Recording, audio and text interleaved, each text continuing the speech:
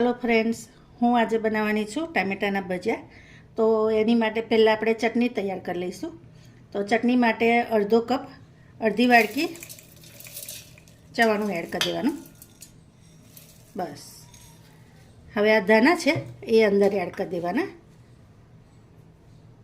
તો આ મરચાં લઈ લીધા છે, આ સિંગદાણા છે, આ મીઠું એડ કરી દઈશું 2 ચમચી જેવું।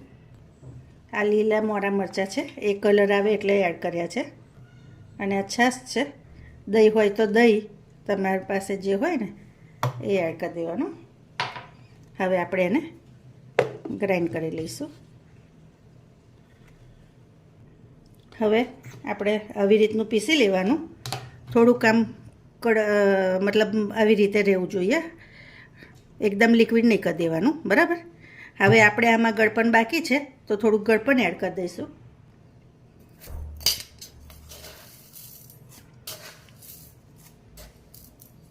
આ થોડું ગળચટ્ટું રાખવાનું એટલે એનો ટેસ્ટ વધારે સરસ આવે। હવે આને ફરી પીસી લેવાનું।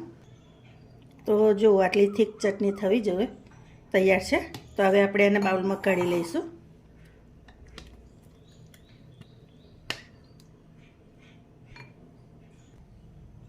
હવે આવું બાઉલ લઈશું, એમાં ચણાનો લોટ એડ કરી દેવાનો।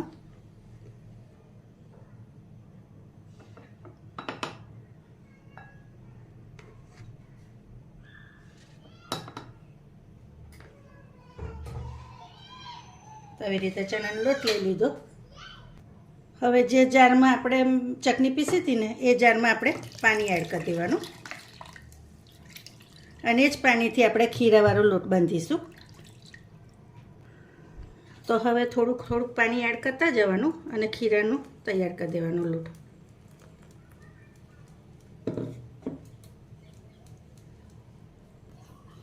હજી થોડુંક પાણીની જરૂર પડશે એટલે આ જારમાં જ થોડુંક પાણી રેડીશ અને જ પાણી ફરી એડ કરીશ। ખીરું બહુ પાતળું નહીં કરવાનું, એને થોડુંક જાડું જ રાખીશું આપણે।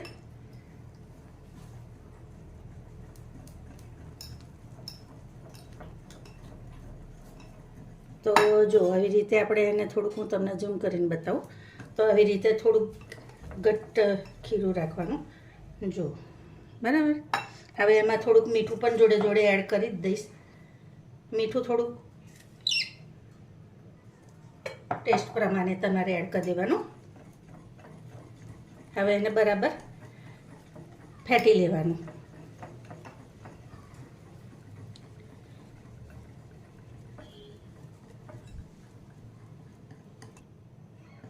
હવે આવી રીતે ફેટાઈ જાય 1-2 મિનિટ એટલે આપણે એને ઢાંકીને 10 મિનિટ રવા દઈશું। તો ટામેટાં ધોઈને લઈ લીધા છે, આપણે હવે એને કટ કરી લેવાના। તો આવી રીતે આપણે એને કટ કરી લેવાના, બહુ જાડાઈ નહીં અને બહુ પાતળાઈ નહીં એવા રાખીશું। હવે આટલી થીકના, બરાબર। તો આવી રીતે આપણે કટ કરી લઈશું।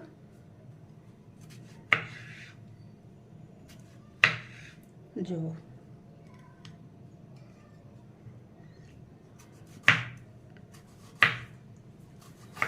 થોડીક જાડી જ રાખવાની, બહુ પતલી નહીં કરી દેવાની।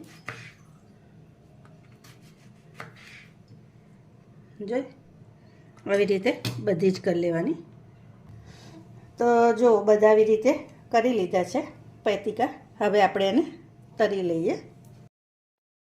તો ફ્રેન્ડ્સ, હવે આપણે એને ખીરાને જોઈ લઈએ।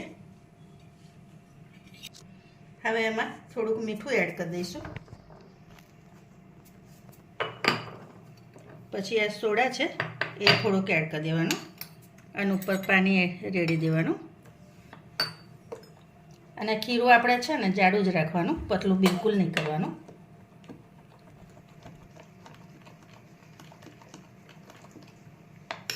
તો જુઓ આ રીતનું ખીરું હોવું જોઈએ।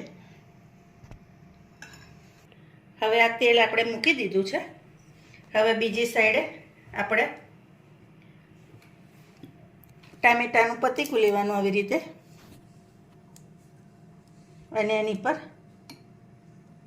ચટણી મૂકીશું આવી રીતે। અને ઉપર એક એના જેવું જે સેમ હોય ને એવું પતીકું મૂકી દેવાનું આવી રીતે. પછી આમાં રગદોળી લેવાનું.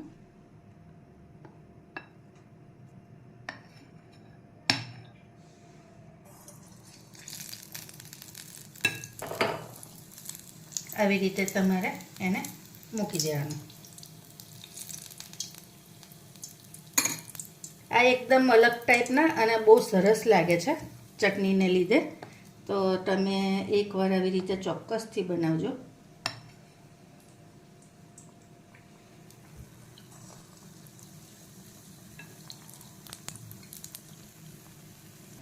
હવે આપણે એને ફેરવી લઈશું.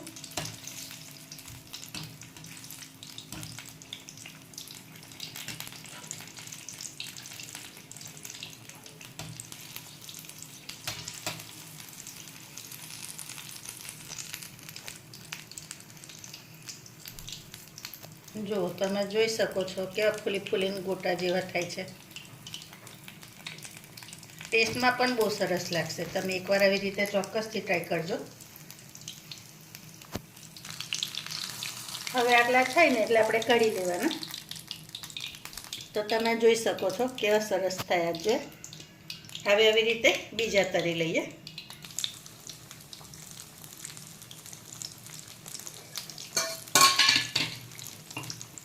તો જો ફ્રેન્ડ્સ થાય છે.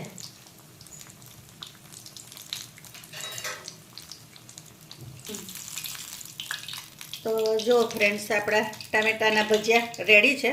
હવે સર્વિંગ પ્લેટમાં લઈ લો. તો ફ્રેન્ડ્સ તૈયાર છે તમારા માટે ટામેટાના ભજીયા. કેવી રેસીપી લાગી એ ચોક્કસથી કહેજો. તો ફ્રેન્ડ્સ જો હું તમને કાપીને પણ બતાવું કે ટામેટાના ભજીયા કેવા દેખાય છે અંદરથી. તો જો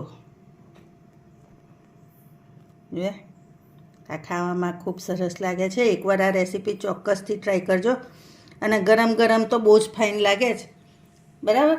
અને કેવી ભજીયા આવી બનાવી અને પછી મને કહેજો કે તમને આ રેસીપી કેવી લાગી. Okay, thank you.